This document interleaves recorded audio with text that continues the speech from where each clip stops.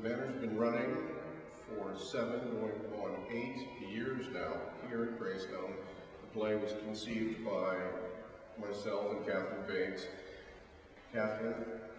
And this is David Stafford.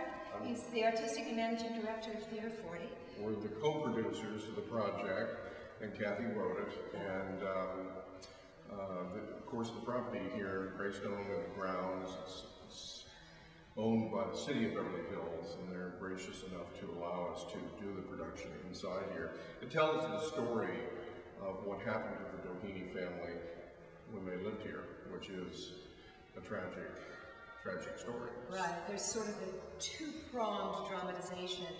There was a murder-suicide here, so we have young people's story that leads to that.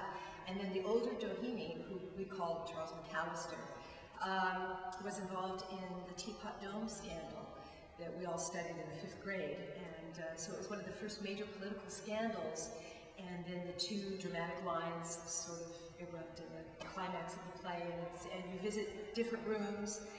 It's really quite a spectacular adventure, and word of mouth has been our best advertising. We've been here 7 years, and coming up in November, we'll be starting our 8th season here at Greystone. We're very excited. The play begins in here, and the audience sits semicircle around the rest of the room, and everything is light and bright and wonderful for Act 1, okay, where you get to know the people, know the characters, and then they pair off and split off. And the audience divides and follows various actors to see scenes in the other rooms. And then there's a round robin, and the audience goes to the next location to see the other scene, and then the last one. So it divides into 3. So you see 3 scenes out in the house, and then everybody reconvenes back here for the end of Act 1. And the seeds of tragedy and drama have been placed by then. So you're kind of wondering what's going to happen in Act 2.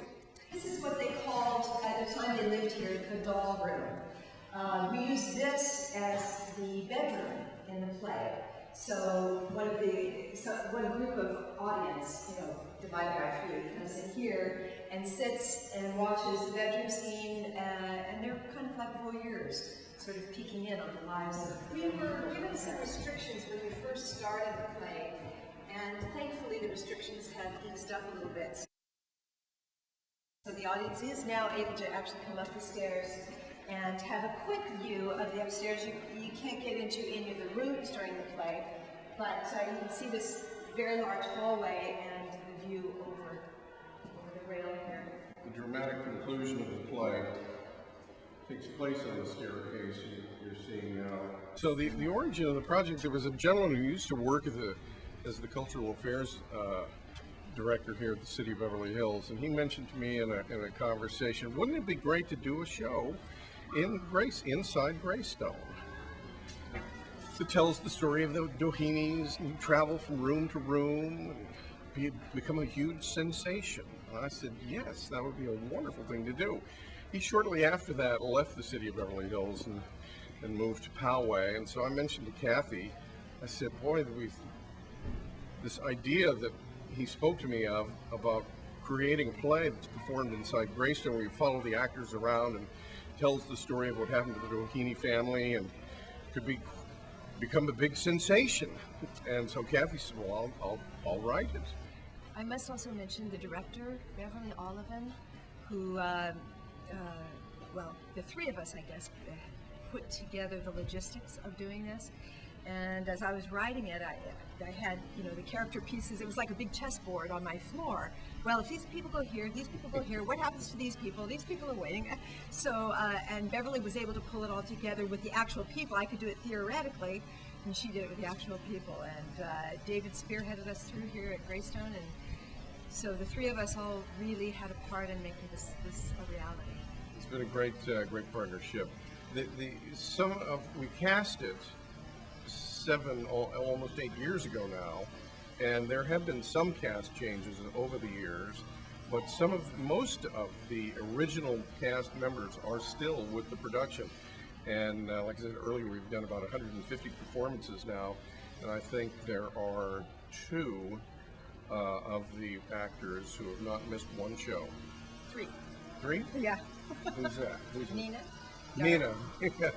Yeah, Kathrine Bates plays Mrs. McAllister, and she's never missed a show. And then Darby Hinton, who plays Mr. McAllister, who is, Mr. Doheny, he has never missed a show. It's a cast of 12. It's quite a large cast, but in order for people to divide and watch scenes in other areas, you had to have storylines to allow for that. So it all works. Somebody called it the play that will never die. Let's hope.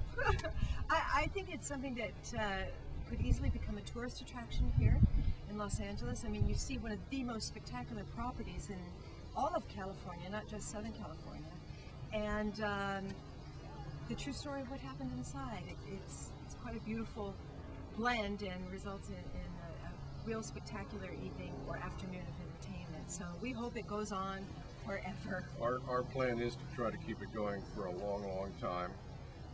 It's, again, the ultimate unique experience. You could take the play actually and put it in another mansion, but it would never be as unique as it is in this mansion, because it's the story of what happened to the people who lived here and the tragedy that took over their lives. So we think there's a large audience out there for it. Everyone that has seen it has loved it. But there's, many, many people that have not seen it, and those are the people we would like to reach. Right, and many people who have never even seen Greystone, so come see both things at the same time. Yeah, it's a great theater experience and a beautiful place to come to, and we thank the LA Stage Alliance for helping us get the word out on this unique production.